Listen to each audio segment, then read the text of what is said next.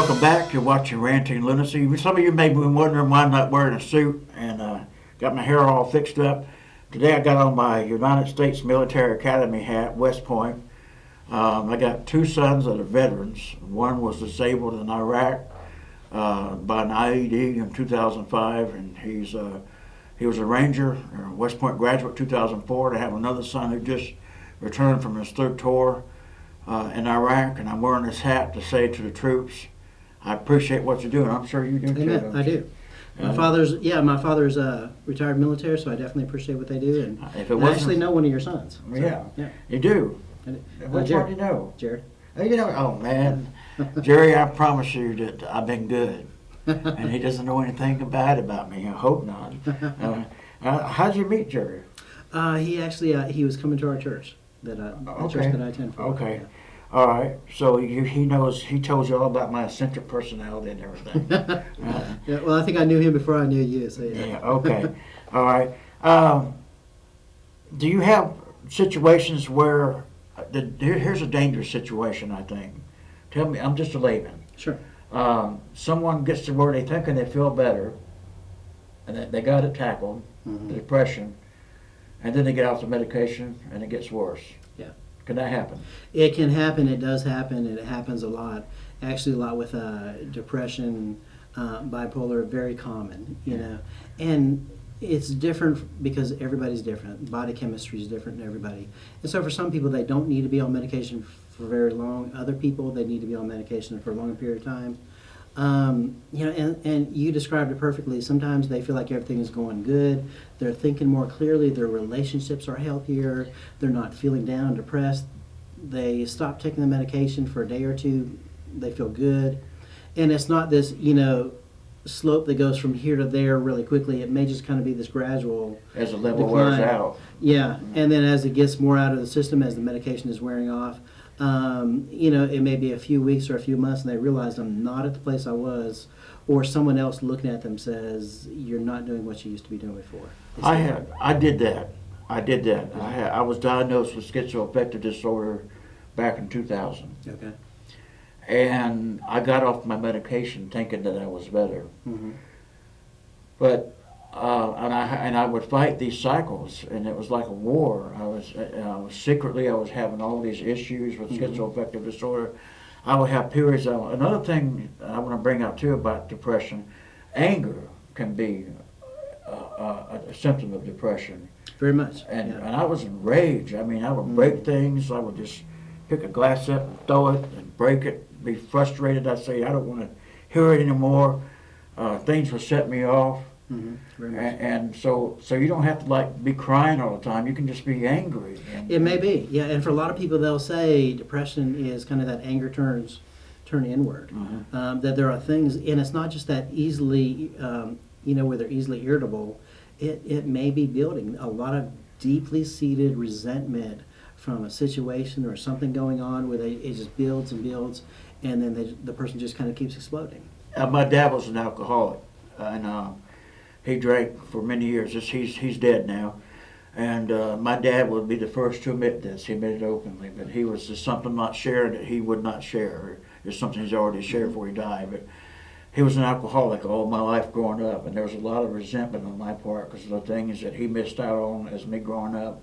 Mm-hmm. And here I am, 53 years old, but still, Chris, there's times where I still get angry at my dad. Does that make any sense? It does. It does. Yeah. Sounds like some unresolved issues, yeah. But there are some things you can kind of talk through, work through, and keep working on it. Yeah, I'm seeing a doctor and a psychologist. Okay, good. And taking my medication. I know better now not to get off my medicine. It's a no-win situation. Good. But getting back to that subject, it's dangerous to if you've been diagnosed by a professional as being manic or having depressive disorder. It is a dangerous thing to get off your medicine, isn't it? It's dangerous to get off without the doctor's recommendation. Yeah, and I would say very clearly, if you're on medication, communicate a lot with your doctor. The doctor does not know, when he writes that prescription, how it may or may not affect you. Your chemistry can change. It may change, and he knows what it's supposed to do. But if it makes you very sluggish, if it makes you, where you almost feel like you're a zombie, if it makes it where you feel like you're more irritable, just easily angered, he's not going to know, or she's not going to know unless you tell him. So I definitely say communicate a lot with your doctor. The doctor knows, they're there to help. That's the whole reason they're trying to help you with this issue. And so communicate with them so that, you can keep adjusting it so it does work. Well, like Chris said, folks, you don't diagnose yourself. I'm not a professional, as Chris is, but I'll tell you, Geodon's been a wonder drug for me. And but I still think, besides taking a medication, I have to do on my own. Mm-hmm. I have to. If I'm tempted to get anger, I'm taught now to step back and discount. Yeah. Or walk away from the situation, Mm-hmm. think clearly, and then come back and talk level-headed. Yeah. There's tools you have to learn. Yes. And so how many times have you seen where people have gotten that situation where they thought they were doing better and got off their medicine and then had to start all over again? We've definitely seen that, and we have repeat patients. Sometimes it's not even the same issue they're coming in for. Sometimes they're coming in for something to do with marriage conflict. They'll work through the issues, a couple of months go by or a year goes by, and then something else comes up, something with their children or something, with depression or something else. And they know it's working, so they'll come back. So that's one of the reasons for repeat. Sometimes it's like what you said, sometimes people feel good about where they're at. They still have more work to do. And because they haven't invested that time and effort into the work, they just kind of drop it and then go off and do other things and then realize it's still here, the problem's still here. So sometimes we'll see repeat patients because of that. And so definitely I would, encourage people, keep working with, your counselor, your therapist, who it is you're working with, and follow the steps that they're asking you to take. If they're saying, hey, here's some steps you can take to decrease the anger, work on it, practice it, definitely try to apply it. Okay. Now, what is the biggest need in the area? Now, this is a big topic here. Sure. What is the biggest need in Bainbridge has in the area for mental health? I don't know that I can answer that, just one real quick short answer. No, we've got more time. You can do it. Definitely a big need as far as mental health is just more awareness. More People awareness. knowing what are the resources we have here. Got 2 minutes. Yeah, if there's a way, to get it out so that people know more. Who do I call when I'm experiencing this? Who do I call Well, when this I'm program is serving this purpose. Hopefully it is, and hopefully it'll meet that need more. Maybe on YouTube. Good. So it's definitely getting out there and get the word out. We're one of the main centers here, and before we were here, I don't know that there was that much. There's the mental health department, as part of the health department. Yeah. I go there. But as far as a practicing, psychiatrist or psychologist here in town that's consistently here, we don't have that right now. Right. Could we benefit from it?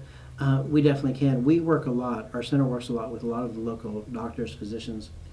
And they prescribe medications for mood disorders or Now, you can't prescribe medication. No, we don't do any medications at the center.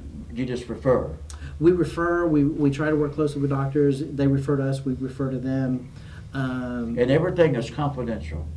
That women, they don't have to worry about you blabbing it to your friends. We don't talk about it. By law, you're We don't required. talk. Yeah, ethically, we don't talk about it outside of the center. There are some things we cannot keep secret, and some Right, of those really crime. quickly are if someone Child threatens abuse. child abuse, if they threaten to hurt themselves or hurt someone else, we have to break confidence. But everything else we talk about Right. stays. So they can feel comfortable knowing they have an open ear, Oh, very someone much. who's professional and knows how to keep things Yeah. under wraps. And Exactly, this is exactly, yeah. if there's not a crime involved. Even then, if it's in the past, I can't do anything or say anything about it. Okay. You can Well, tell me you robbed a bank last year. I cannot report it. I haven't robbed a bank. Okay. We'll be back in a moment. You're watching Randy Lunacy with my guest, Chris Stevens, and Samaritan Counseling.